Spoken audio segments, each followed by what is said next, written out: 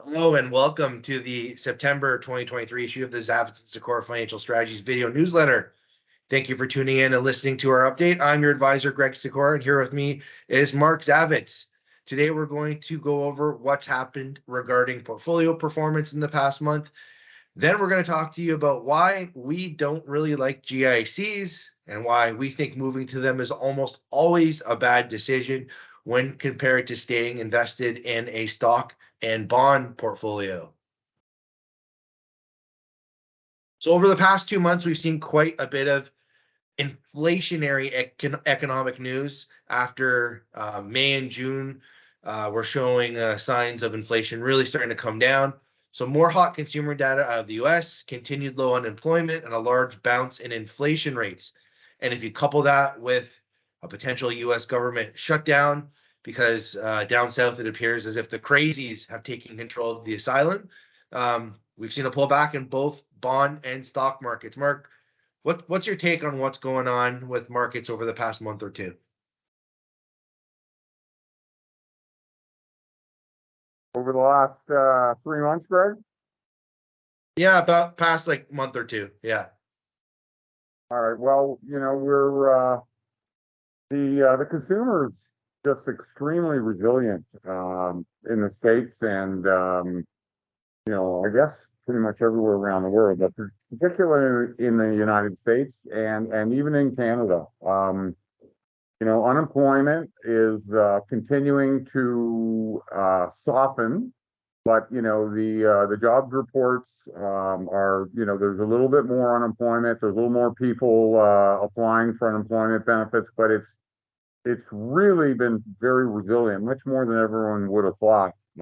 Inflation is kind of sticky, so we're heading in the right direction, but not as quickly as we'd like, and some of the core inflation metrics are still too high. So as a result, the bond market is not cooperating, and bond yields have gone up, mortgage rates have gone up, and I guess this is going to mean that they've been deferring this call about a slowdown or a possible soft landing. It was supposed to happen in the first quarter this year, then the second quarter, then the third quarter. Now they're talking the fourth quarter. So all this has done is made the markets nervous. Interest rates have backed up. As I said, the bond yields have backed up again in the last quarter. So that's put pressure on our the fixed income component of our portfolios. And as bond yields have hit 4 and 5%, it started to put some pressure on the equities in our portfolios as well. So it's been a tough quarter. It hasn't been a disaster, but it's been a soft quarter. And so Greg, we're just waiting. We're just waiting for the economic data to soften some more. It looks like interest rates, the bond market is getting close to peaking. And once we get some softer data, the bond market's going to start to cooperate, and we should see some better returns shortly. Yeah, I thought that would probably happen at the end of this year. And so there's a good chance that our conservative and very conservative portfolios would have almost a double-digit type return, which is very possible considering how many bonds they own. But it looks like that might get pushed out a little bit further. But nonetheless, I think good returns are on the horizon across the board. Well, I agree. I was just reading an article yesterday on investment grade corporate yields and the expected return in the States in the next 12 months. And this was Morgan Stanley, their top fixed income guy, bond guy, and he said that he would bet his house that investment grade corporate credit in the States will return between 10 and 15% in the next 12 months. Yeah, I mean, that's investment grade. Anything will probably have that sort of return characteristic in North America. Maybe even higher return for government type bonds. But anyway, so fear not, people. So I talked real quickly when I was opening about GICs and why we don't necessarily like them. So I don't want to talk too much about the math side of things, but there's a phenomenon in the investment world known as capturing the risk premium. That is, any investment, be it a stock, a bond, investors should be compensated above the risk-free rate for holding a risky asset. And the amount that they're compensated by way of return is called the risk premium. It's the core mathematical concept behind why we hold stocks and bonds inside of our ETFs and mutual funds inside of your portfolios. So in the slide I'm showing, you can see I've equated the risk-free rate in red here with GIC rates. GICs being virtually 100% guaranteed means there's no risk associated with them. That's not actually true because there is some default risk associated with GICs. That's why you get better rates with smaller banks and credit unions. That's why they offer them at a slightly higher rate as opposed to, say, a big bank. With that aside, though, what I want you to understand is that as central bankers increase interest rates, so too does the risk-free return. And GIC rates are also increasing. And so then you should expect, or a reasonable investor should expect, better long-term returns from their stocks and better long-term returns from their bonds, specifically the securities that you hold in your portfolio. That's the way it's always worked and will continue to work for your investments. The problem is that markets can move a lot in the short term and ignore this principle. There's also a lot of volatility as markets adapt to interest rates and risk-free rate changes. But this is always how it plays out. So the average fixed income bond risk premium, which is the default risk premium, also known as credit quality risk, is anywhere from 0.5% for investment grade to 2%. So safe bonds should be making you, on average, over a full market cycle, if the risk-free rate and GIC rates are around 5%, of anywhere between 5.5% to 7%. And for stocks, it's anywhere from a 3 to 7% risk premium. So stocks, if the risk-free rate stays around 5%, should be making anywhere from between 8 to 12% if the risk-free rate, again, stays at a 5% level. Now, if interest rates drop and the risk-free rate drops to a 2% level, in line with the target inflation level of central bankers in Canada and the United States, everyone starts talking about where do we want to end up from an inflation standpoint. That's at a 2% level. Bond expected returns in that case, if we have a 0.5 to 2% risk premium, will return anywhere from 2.5 to 4%, and stocks will be making anywhere between 5 to 9%. And of course, GICs will be making 2%. So even if we're in or heading into a recession, here's where GICs make for bad investments, potentially in the short term, but especially as a long-term investment based off the principle I just described. Here's a hypothetical short-term scenario. Let's say you took your entire portfolio and moved it into a 1-year, 5% locked-in GIC on October 1st of this year because you're worried. This GIC pays a guaranteed amount of interest, and the principal amount you invest will be returned to you. After 1 year, your $1 million has earned $50,000 of interest and sits at $1,050,000 of value. On the other hand, let's say you keep your $1 million invested in an investment portfolio that has stocks and bonds. The returns are sporadic and don't move in a straight line like the blue line GIC you see on the screen.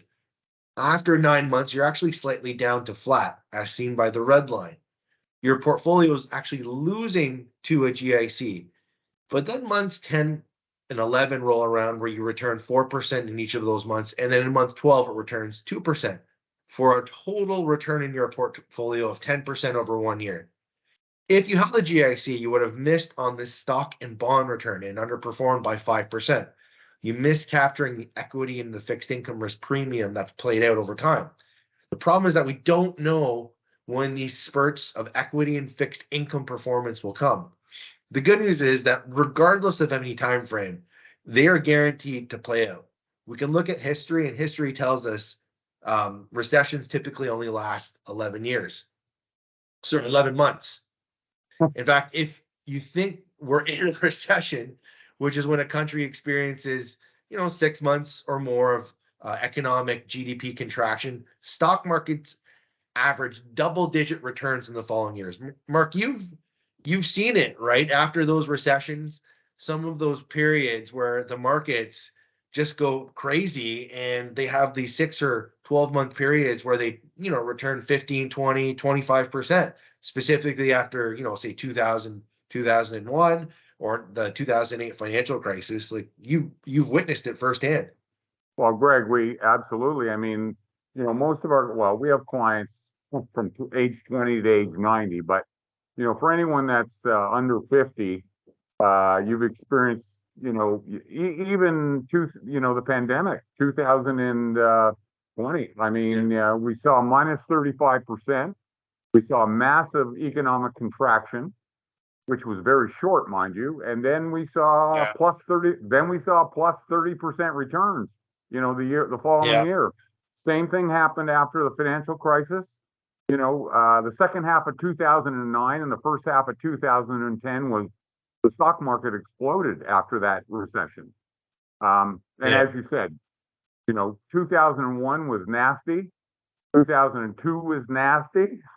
That was a longer one.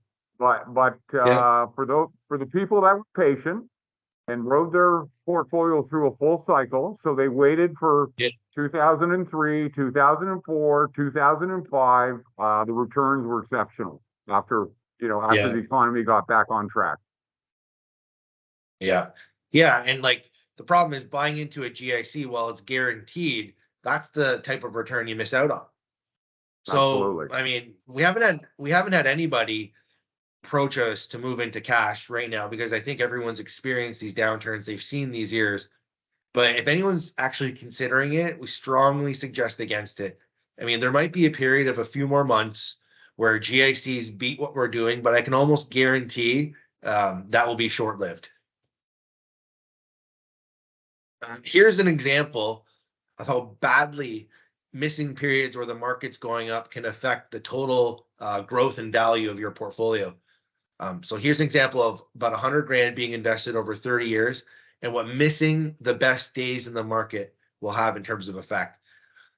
The evidence and the math supports obviously staying invested here. It's the result that's yielded the best return and the most amount of money.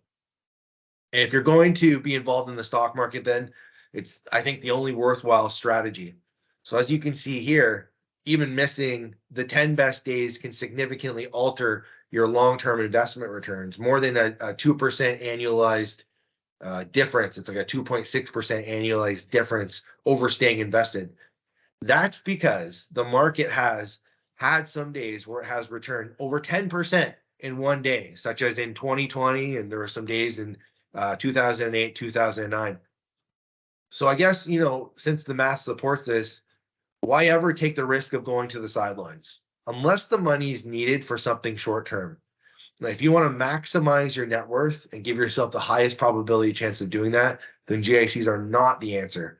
It's letting the good and the bad market performance for your bonds and equities average out over a long period of time. That's the best approach. And this is the last slide finally. Morningstar and Mackenzie Investments, they looked at average investor returns over a 20-year period. They found that average investors significantly underperformed the market and the benchmark. This red bar with the highlighted yellow 3.6% return over a 20-year period. Why is that? Because the average investor often makes emotional moves by taking themselves out of the market, such as moving into cash or GICs, and then they re-enter the market and do all this at the worst possible time. The reality is that markets always go up over the long term. Nobody can time the market, not even Mark and I. The best course of action for most people is to stay invested and avoid GICs unless you need the money short term. Then a GIC can be a good instrument. The average investor moves into a GIC at the worst possible time and ends up missing out on a substantial market return. Case in point, last October, when we had rates spiking at the end of last September, GIC rates peaked around the level they're at right now, around a 5% level.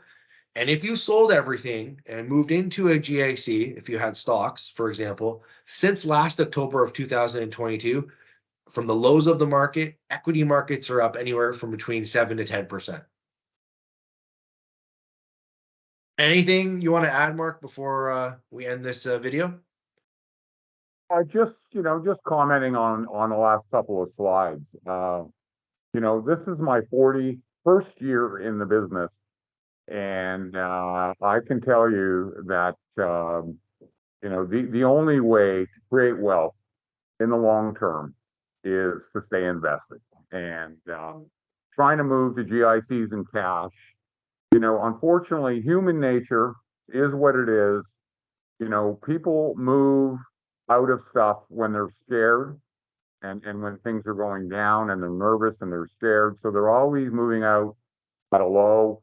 And unfortunately, 99% of investors buy back in or recommit their capital to an investment portfolio when they're feeling good, when the news is good, when the stock market's way up, and when they can't stand other people making more than them anymore. So they buy back in when the market's gone way up. And that's why over 20 years, the people that dipsy doodle in and out make 3%. And if the market makes 9%. Yeah. Great way of putting it, Mark. I mean, you've got tons of experience of having witnessed that. And so, I mean, that's why we encourage everyone to stay put through good times and the bad. And, unless you need money in the short term, in which case, using something like a GIC might make sense for you. If not, just let it ride. Let performance average out over a long period of time. This core 1 or 2 years of performance we've had across stocks and bonds will eventually average itself out to a better than 3, 4, 5% return than what we're experiencing as things revert back to the mean, and of course the fixed income and equity risk premiums are realized. All righty, thanks so much, everyone. Hope you had a good September and a good summer. We look forward to doing our next video for you. And if you have any comments or questions, please feel free to reach out to Mark and I. Thank you.